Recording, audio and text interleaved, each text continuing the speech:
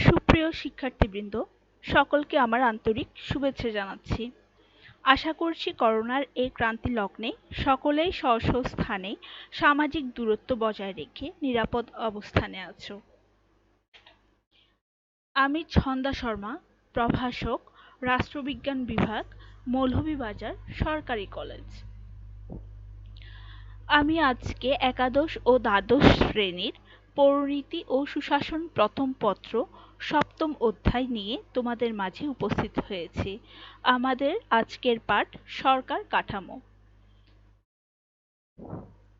আজকে আমাদের এই সংক্ষিপ্ত আলোচনার ফলে শিক্ষার্থীরা জানতে পারবে সরকার কাঠামো কি, সরকার কাঠামোর বিভিন্ন প্রকারভেদ সম্পর্কে এবং সরকার কাঠামোর অন্যতম প্রচলিত একটা ধরন গণতন্ত্র, সেই গণতন্ত্রের সংজ্ঞা সহ বৈশিষ্ট্যসমূহ।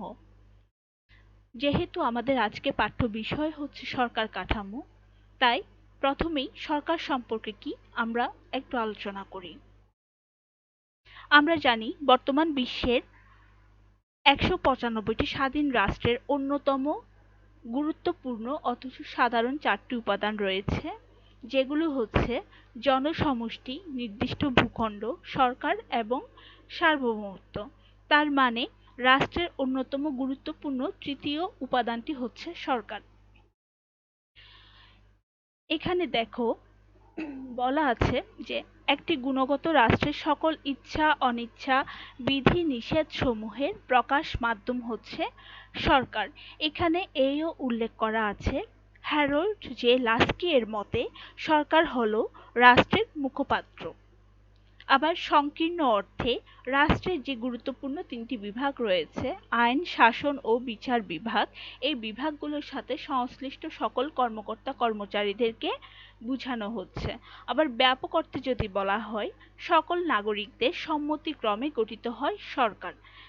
অর্থাৎ সরকার বলতে আমরা আসলে সেই বিষয়টাকে বুঝি যার মাধ্যমে একটা রাষ্ট্রের যাবতীয় কার্যাবলী পরিচালিত হয়, অর্থাৎ সাধারণ জনগণ ও রাষ্ট্রের মধ্যে সেতু বন্ধন রচনাকারী হিসেবে আমরা সরকারকে উল্লেখ করতে পারি। পরবর্তী স্লাইডে সরকারের শ্রেণীবিভাগ সম্পর্কে বলা হয়েছে। দেখো, গ্রিক দার্শনিক ও রাষ্ট্রবিজ্ঞানী সর্বপ্রথম অত্যন্ত সুচারুরূপে তৎকালীন অবস্থার প্রেক্ষাপটে সরকারের শ্রেণীবিভাগ উল্লেখ করেছেন বা সরকারের শ্রেণীবিভাগ প্রদান করেছেন। পরবর্তীতে বিভিন্ন রাষ্ট্রবিজ্ঞানীরা তা উদ্বুদ্ধ হয়ে নতুন নতুন সংস্করণ আমাদের মাঝে উপস্থাপন করেছেন। যেহেতু এরিস্টটল প্রায় ২৫০০ বছরেরও পূর্বের সময়ে অত্যন্ত সুন্দর একটি শ্রেণীবিভাগ আমাদেরকে প্রদান করেছেন, সেই শ্রেণীবিভাগটি সম্পর্কে আমরা প্রথমে আলোচনা করব। তিনি মূলত দুইটি বেসিক পয়েন্টের ভিত্তিতে সরকারের শ্রেণী বিন্যস্ত করেছেন। একটি হচ্ছে সংখ্যানীতি, আরেকটি হচ্ছে উদ্দেশ্য বা লক্ষ্য নীতি। এখানে সংখ্যা নীতি বলতে তিনি মূলত শাসকের সংখ্যাকে নির্ধারণ করেছেন, যেখানে একজনের শাসন, কয়েকজনের শাসন, বহুজনের বা অনেকের শাসনের কথা উল্লেখ করা হয়েছে। অন্য বিষয়টি হচ্ছে উদ্দেশ্য বা লক্ষ্য নীতি। আমরা জানি যে পৃথিবীতে কোনো কাজই মূলত কারণ ছাড়া সংগঠিত হয় না, প্রত্যেকটি কার্যের পেছনে একটি সুনির্দিষ্ট উদ্দেশ্য বা লক্ষ্য থাকে। তেমনি তিনি এই যে শাসকের সংখ্যার বিষয়টিকে উদ্দেশ্য বা লক্ষ্য নীতির ভিত্তিতে প্রদান করেছেন, যার আবার দুইটি প্রকার রয়েছে, একটি হচ্ছে স্বাভাবিক প্রকারভেদ, আরেকটি হচ্ছে বিকৃত প্রকারভেদ। তার মানে যখন এরিস্টটল একজনের শাসনকে স্বাভাবিক রূপ উপস্থাপন করেছেন, তখন তিনি সরকারের রাজতন্ত্রের কথা বলেছেন, অর্থাৎ রাজতান্ত্রিক সরকারের কথা বলেছেন। আবার যখন এই রাজতন্ত্র স্বাভাবিক উদ্দেশ্যে পরিচালিত না হয়ে বিকৃত উদ্দেশ্যে পরিচালিত হয় বা এর যে প্রধান লক্ষ্য, প্রধান আদর্শ এটা থেকে বিচ্যুত হয়ে বিকৃত রূপে সরকার পরিচালনা করে, তখন এটিকে তিনি স্বৈরতন্ত্র হিসেবে উল্লেখ করেছেন। আবার দেখো, কয়েকজনের শাসনের কথা তিনি বলেছেন, যেটাকে তিনি অভিজাততন্ত্র নামে অভিহিত করেছেন। এই অভিজাততন্ত্রটা হচ্ছে বেসিক্যালি যখন কতিপয় ব্যক্তিবর্গ একটি নির্দিষ্ট আদর্শকে সামনে রেখে রাষ্ট্রের কল্যাণ সাধনের লক্ষ্যে রাষ্ট্র পরিচালনা করে থাকে, তখন সে কয়েকজনের শাসনকে তিনি অভিজাততন্ত্র বলেছেন। আবার সে অভিজাততন্ত্রের কতিপয় ব্যক্তিবর্গ যখন তাদের যে পরিচালিত আদর্শ সেটা থেকে বিচ্যুত হয়ে বিকৃত উদ্দেশ্যে সরকার পরিচালনা করে থাকে, তখন সেটাকে তিনি ধ্বনিকতন্ত্র বা কুলীনতন্ত্র হিসেবে উল্লেখ করেছেন। একইভাবে তিনি বহুজনের বা অনেকের শাসনের কথা বলেছেন, যেটাকে তিনি স্বাভাবিক রূপে গণতন্ত্র নামে অভিহিত করেছেন এবং বিকৃত রূপে সেটাকে জনতাতন্ত্র বা ডেমোক্রেসি নামে উল্লেখ করেছেন। তোমরা স্নাতক প্রথম বর্ষে ওয়েস্টার্ন পলিটিক্যাল থট নামে একটা কোর্স আছে, যেখানে এমন একটি প্রশ্ন পাবে, এরিস্টটল কেন গণতন্ত্রকে সর্বনিকৃষ্ট সরকার ব্যবস্থা বা শাসন ব্যবস্থা বলেছেন? এই প্রশ্নটা দেখে তোমাদের বিভ্রান্ত হওয়ার কিছু নেই, কারণ আসলে প্রশ্নটা হচ্ছে এরিস্টটল কেন ডেমোক্রেসিকে নিকৃষ্ট শাসন ব্যবস্থা হিসেবে উল্লেখ করেছেন। কারণ তিনি ডেমোক্রেসি বলতে আসলে বর্তমানে প্রচলিত যে গণতন্ত্র সেই গণতন্ত্রকে বুঝাননি, তিনি ডেমোক্রেসি বলতে তৎকালীন যে জনতাতন্ত্র সেই জনতাতন্ত্রকেই নির্দেশ করেছেন। আশা করছি এটি দ্বারা তোমরা বিভ্রান্ত হবে না। আমরা পরবর্তী স্লাইডে যাই। দেখো, পরবর্তীতে গ্রিক রাষ্ট্রবিজ্ঞানী বা গ্রিক দার্শনিক এরিস্টটলের সরকারের শ্রেণীবিভাগ দ্বারাই উজ্জীবিত হয়ে রুশো, মন্টেস্কু, লিকক, ম্যাকআইভার, অ্যালান আরবল প্রমুখ রাষ্ট্রবিজ্ঞানী ও সমাজবিজ্ঞানীগণ সরকারের শ্রেণীবিভাগ করেছেন। এই সকল রাষ্ট্রবিজ্ঞানের শ্রেণীবিভাগ থেকে জন লিখকের প্রদত্ত সরকারের শ্রেণীবিভাগটি অনেক বেশি সহজ সরল প্রকৃতির, তাই আমরা বর্তমানে বহুল প্রচলিত এই শ্রেণীবিভাগটিও একটু আলোচনা করব। দেখো, জন লিকক মূলত ক্ষমতার অবস্থান এবং ব্যবহারের ভিত্তিতে সরকারকে প্রথমত দুটি ভাগে ভাগ করেছেন। একটি হচ্ছে গণতন্ত্র এবং অপরটি হচ্ছে একনায়কতন্ত্র। অর্থাৎ ক্ষমতা কার হাতে থাকবে এটার ভিত্তিতে তিনি সরকারের দুটি শ্রেণী বিভাগের কথা বলছেন, যেখানে গণতন্ত্রে হচ্ছে জনগণের হাতে ক্ষমতা এবং একনায়কতন্ত্রে হচ্ছে এক ব্যক্তির হাতে ক্ষমতা। আবার রাষ্ট্রপ্রধানের ক্ষমতা লাভের পদ্ধতি অনুসারে তিনি সরকারকে দুই ভাগে ভাগ করেছেন। একটা হচ্ছে নিয়মতান্ত্রিক রাজতন্ত্র, আরেকটা হচ্ছে প্রজাতন্ত্র। এখানে দেখো, নিয়মতান্ত্রিক রাজতন্ত্রে রাজা বা রানী হচ্ছেন উত্তরাধিকার সূত্রে ক্ষমতাপ্রাপ্ত হয়ে থাকেন, যিনি হচ্ছেন নামমাত্র শাসক। প্রকৃত শাসন ক্ষমতা ন্যস্ত থাকে মূলত জনগণের দ্বারা নির্বাচিত যে সরকার সেই সরকারের হাতে। এই সরকারের এই ধরনটি মূলত গ্রেট ব্রিটেন, জাপান প্রভৃতি রাষ্ট্রে প্রচলিত রয়েছে। কিন্তু গণতান্ত্রিক রাষ্ট্রে যখন রাষ্ট্রপ্রধান প্রত্যক্ষ বা পরোক্ষভাবে জনগণ কর্তৃক ক্ষমতাপ্রাপ্ত বা নির্বাচিত হন, তখন তাকে বলা হয় প্রজাতন্ত্র। আমেরিকা যুক্তরাষ্ট্র, ভারত, বাংলাদেশ প্রভৃতি রাষ্ট্রে প্রজাতান্ত্রিক সরকার প্রচলিত রয়েছে। পরবর্তীতে তিনি আবার আইন ও শাসন বিভাগের সম্পর্কের ভিত্তিতে দুই রকমের সরকার কাঠামোর কথা উল্লেখ করেছেন, যা সংসদীয় বা মন্ত্রিপরিষদ শাসিত সরকার এবং রাষ্ট্রপতি শাসিত সরকার কাঠামো নামে পরিচিত। এখানে দেখো, সংসদীয় সরকারের শাসন বিভাগ অর্থাৎ মন্ত্রিসভা গঠিত হয় আইন বিভাগের সংখ্যাগরিষ্ঠ সদস্যদের দ্বারা। মন্ত্রিসভা অর্থাৎ শাসন বিভাগ আইন বিভাগের নিকট দায়ী থাকে। এরূপ শাসন প্রচলিত রয়েছে মূলত গ্রেট ব্রিটেন বা যুক্তরাজ্য, জাপান, ভারত, বাংলাদেশ প্রভৃতি রাষ্ট্রে। কিন্তু রাষ্ট্রপতি শাসিত সরকারে শাসন বিভাগ আইন বিভাগের দ্বারা গঠিত হয় না এবং সাধারণত আইন বিভাগের নিকট দায়ীও থাকে না। আমেরিকা যুক্তরাষ্ট্র, দক্ষিণ কোরিয়া সহ অনেক রাষ্ট্রে এই ধরনের সরকার ব্যবস্থা প্রচলিত রয়েছে। আবার সংবিধান কর্তৃক কেন্দ্রীয় ও প্রাদেশিক সরকারের মধ্যে ক্ষমতা বন্টন নীতি অনুসারে তিনি দুই রকমের সরকার কাঠামোর ধারণা দিয়েছেন, যা এককেন্দ্রিক ও যুক্তরাষ্ট্রীয় সরকার নামে পরিচিত। এককেন্দ্রিক সরকার বুঝতেই পারছো, যেখানে সমগ্র ক্ষমতা রাষ্ট্রের কেন্দ্রে নিহিত থাকে। এই ধরনের এককেন্দ্রিক সরকার মূলত গ্রেট ব্রিটেন, বাংলাদেশ সহ প্রভৃতি রাষ্ট্রে এবং যুক্তরাষ্ট্রীয় সরকার, যেটাতে হচ্ছে রাষ্ট্রের ক্ষমতা মূলত বিকেন্দ্রীকরণ পদ্ধতিতে বিভিন্ন প্রদেশে ন্যস্ত করা হয় এবং সামগ্রিকভাবে রাষ্ট্র পরিচালনা করা হয়। সেই ধরনের যুক্তরাষ্ট্রীয় ক্ষমতা প্রচলিত রয়েছে মূলত আমেরিকা যুক্তরাষ্ট্র, সুইজারল্যান্ড, ভারত প্রভৃতি রাষ্ট্রে।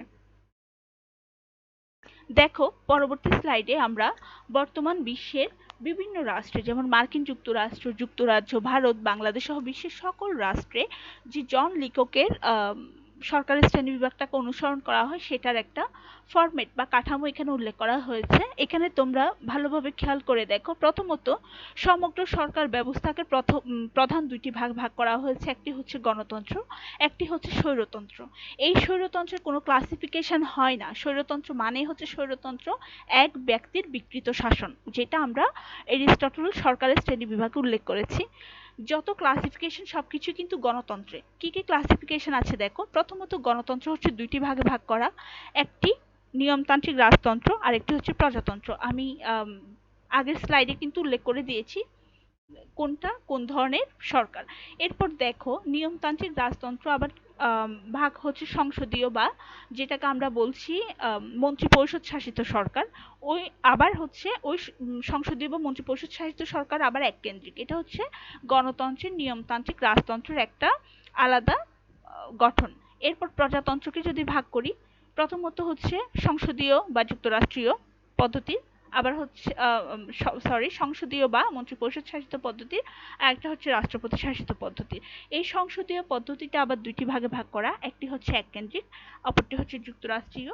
আবার একইভাবে রাষ্ট্রপতি শাসিত সরকারও দুইটি ভাগে ভাগ করা, একটি হচ্ছে এককেন্দ্রিক, অপরটি হচ্ছে যুক্তরাষ্ট্রীয়।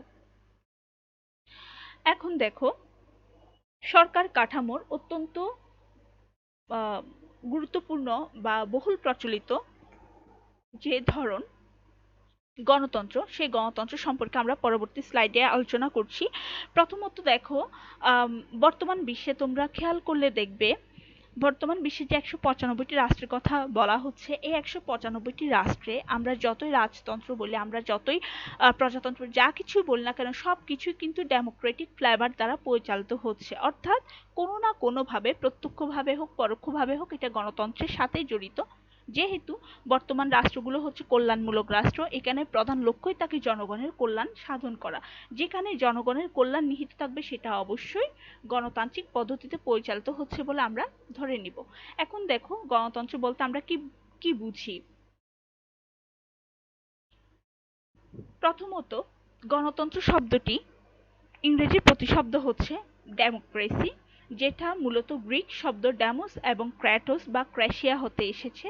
এখানে ড্যামোস অর্থ হচ্ছে জনগণ এবং ক্র্যাটোস বা ক্র্যাশিয়া অর্থ হচ্ছে শাসন ক্ষমতা।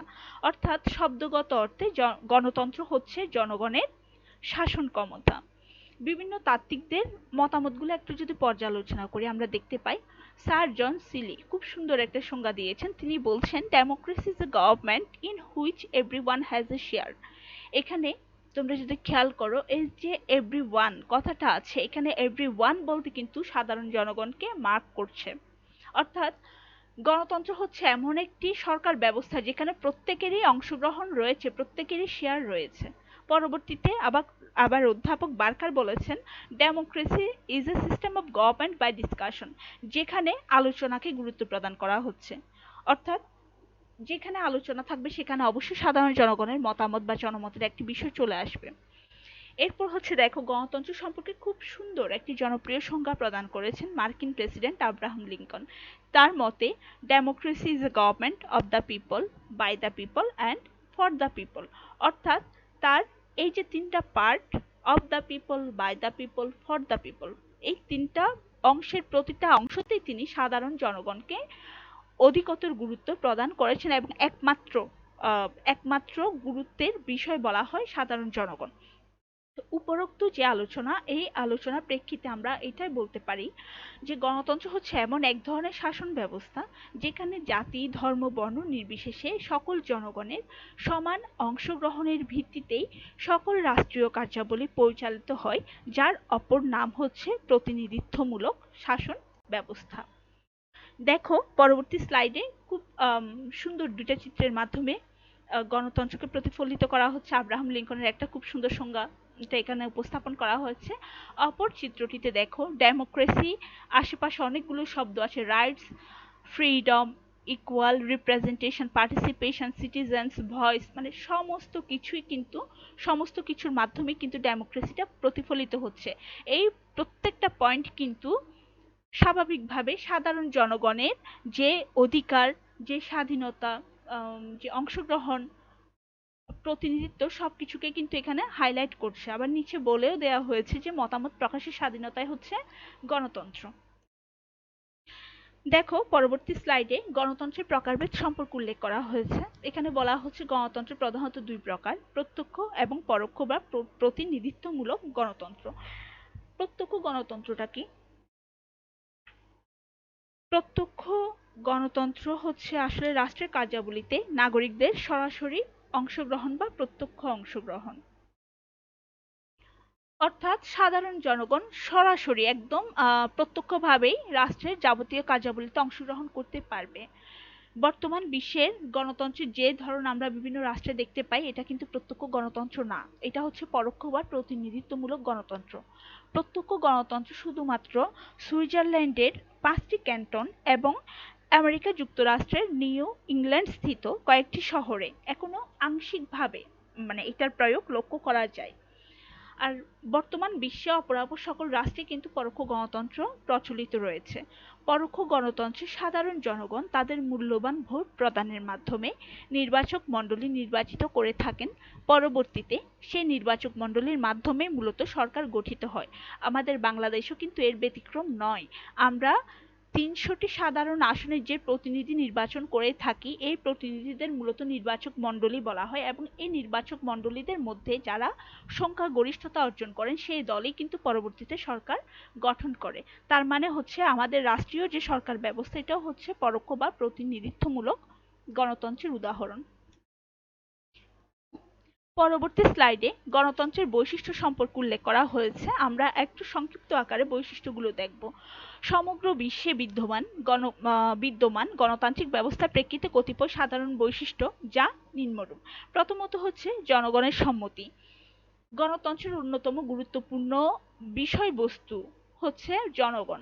সেই জনগণের সম্মতির মাধ্যমেই মূলত গণতন্ত্র প্রতিষ্ঠিত হয়। এখানে বলা হচ্ছে নির্বাচনের মাধ্যমে জনগণ সরকার গঠন বা পরিবর্তন করতে পারে, অর্থাৎ সরকার গঠনের ক্ষেত্রে জনমত অত্যন্ত গুরুত্বপূর্ণ একটি বিষয় এবং যদি সরকার পরিবর্তনও করতে হয় তখনও কিন্তু জনমত অত্যন্ত গুরুত্বপূর্ণ বিষয় হিসেবে উল্লেখ করা হয়। এরপর দেখো বহুদল ব্যবস্থা।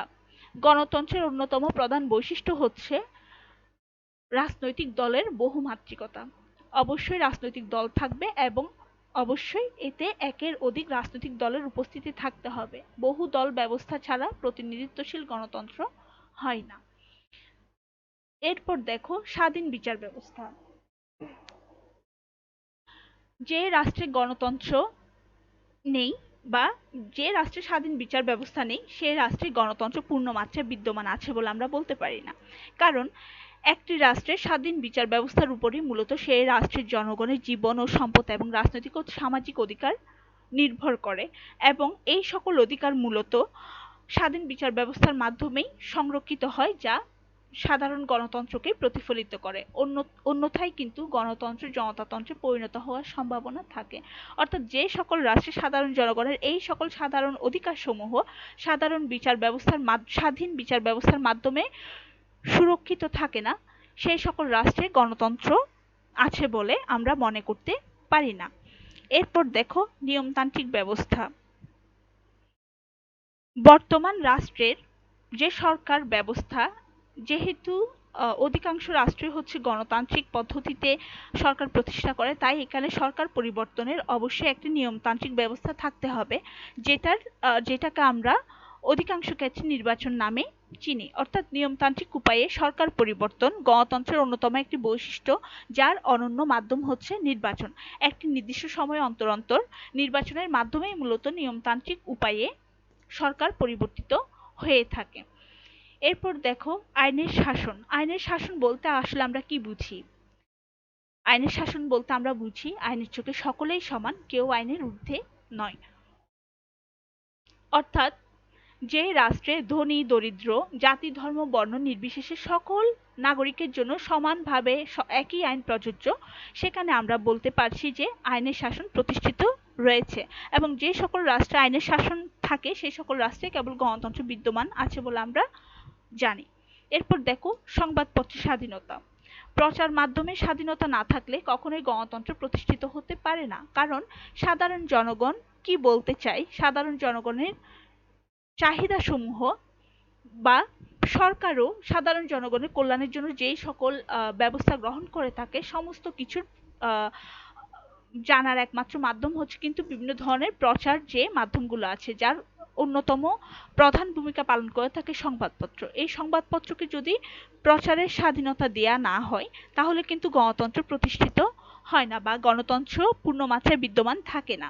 স্বাধীন সংবাদপত্র বা ফ্রি প্রেস গণতন্ত্রের অন্যতম কার্যকরী বৈশিষ্ট্য হিসেবে উল্লেখ করা হচ্ছে, কেননা সাধারণ জনগণের মতামত প্রকাশের মাধ্যমে সরকারকে অবহিতকরণ থেকে শুরু করে জনগণ ও সরকার উভয়কেই শিক্ষিত ও সচেতন করে তোলার দায়িত্ব কিন্তু এই প্রচার মাধ্যমের। এরপর দেখো প্রাপ্তবয়স্কদের ভোটাধিকার। আমাদের দেশের মতো গণতান্ত্রিক রাষ্ট্রসমূহে মূলত প্রাপ্তবয়স্ক ভোটাধিকারের ভিত্তিতেই সরকার নির্বাচিত হয়ে থাকে। প্রাপ্তবয়স্করা এই ভোটাধিকার লাভ করে থাকে মূলত 18 বছর বয়স থেকে। এরপর দায়িত্বশীল সরকারের কথা যদি বলি, গণতন্ত্রের অন্যতম উল্লেখযোগ্য বৈশিষ্ট্য হচ্ছে দায়িত্বশীল সরকার, যেখানে সরকার তার কাজের জন্য বিভিন্ন মাধ্যমে সাধারণ জনগণের নিকট দায়ী থাকবে, সাধারণ জনগণের নিকট জবাবদিহিতা করতে দায়বদ্ধ থাকবে। এরপর সংবিধানের প্রাধান্যের কথা যদি আমরা বলি, আমরা জানি যে সংবিধান কি। সংবিধান হচ্ছে একটি রাষ্ট্রের দলিল, একটি রাষ্ট্রের দর্পণ, যেটার মাধ্যমে রাষ্ট্রের সকল কিছুই সাধারণ জনগণের কাছে প্রতিফলিত হয়। গণতন্ত্রের অন্যতম রক্ষা কবচ হচ্ছে এই সংবিধান। সরকারের 3টি বিভাগ এবং রাষ্ট্রের অভ্যন্তরীণ সকল বিষয়, ব্যক্তি ও সংস্থাকে গণতন্ত্র রক্ষার স্বার্থে সংবিধানের শ্রেষ্ঠত্বকে মেনে চলতে হয়। মার্কিন যুক্তরাষ্ট্রের সংবিধানের 6 নং ধারায় সংবিধানকে দেশের সর্বোচ্চ আইন হিসেবে বর্ণনা করা হয়েছে। জনমতের প্রাধান্য গণতন্ত্রের অন্যতম গুরুত্বপূর্ণ একটি বৈশিষ্ট্য। কেবল প্রাপ্তবয়স্কদের ভোটাধিকারের ভিত্তিতেই সরকার নির্বাচন নয়, বরং নির্বাচিত প্রতিনিধিদের মাধ্যমে সংখ্যাগরিষ্ঠ মতামতের ভিত্তিতে সিদ্ধান্ত গ্রহণই গণতন্ত্রের অন্যতম সহায়ক বৈশিষ্ট্য। সর্বশেষ স্লাইডে দেখো, এখানে গণতন্ত্রের একটা বৈশ্বিক অবস্থা আমি চিত্রের মাধ্যমে উপস্থাপনের চেষ্টা করেছি। এখানে দেখো এক একটা বিষয়, যেমন গণতন্ত্রের ক্লাসিফিকেশন আছে: participatory engagement, local democracy, direct democracy, electoral participation, civil society participation. এরপর হচ্ছে গণতন্ত্রের বিভিন্ন বৈশিষ্ট্যের কথা বলা হয়েছে, অর্থাৎ কি কি বিষয়গুলো থাকতে হবে। ক্লিন ইলেকশনসের কথা বলা হয়েছে, ইনক্লুসিভ সাফরেজের কথা বলা হয়েছে, ফ্রি পলিটিক্যাল পার্টিসের কথা বলা হয়েছে, ইলেক্টেড গভর্নমেন্ট, বিভিন্ন ধরনের গুরুত্বপূর্ণ বিষয়গুলো বলা হয়েছে। আবার থাকলে কি হবে এই বিষয়গুলো: checks of government, media integrity, judicial independence, effective parliament, বিভিন্ন ধরনের বিষয়গুলো কিন্তু এখানে উল্লেখ করা হয়েছে। তোমরা এই চিত্রটাও যদি একটু ভালো মতো খেয়াল করো, তোমরা কিন্তু এই বিষয়গুলো সম্পর্কে সহজেই বুঝতে পারবে। তারপরও যদি এই ক্লাসটা সম্পর্কে তোমাদের কোনো অভিমত থাকে বা তোমাদের কোনো কমেন্ট থাকে, আমাকে জানাবে। আমি অবশ্যই তোমাদের সকল প্রশ্নের উত্তর দেওয়ার চেষ্টা করব। আজকে এই পর্যন্তই। পরবর্তী ক্লাসে আমি গণতন্ত্রের অপরাপর বিষয়গুলো নিয়ে তোমাদের মাঝে উপস্থিত হব। ততদিন পর্যন্ত সবাই ভালো থাকো, সুস্থ থাকো, নিরাপদে থাকো। ধন্যবাদ সবাইকে।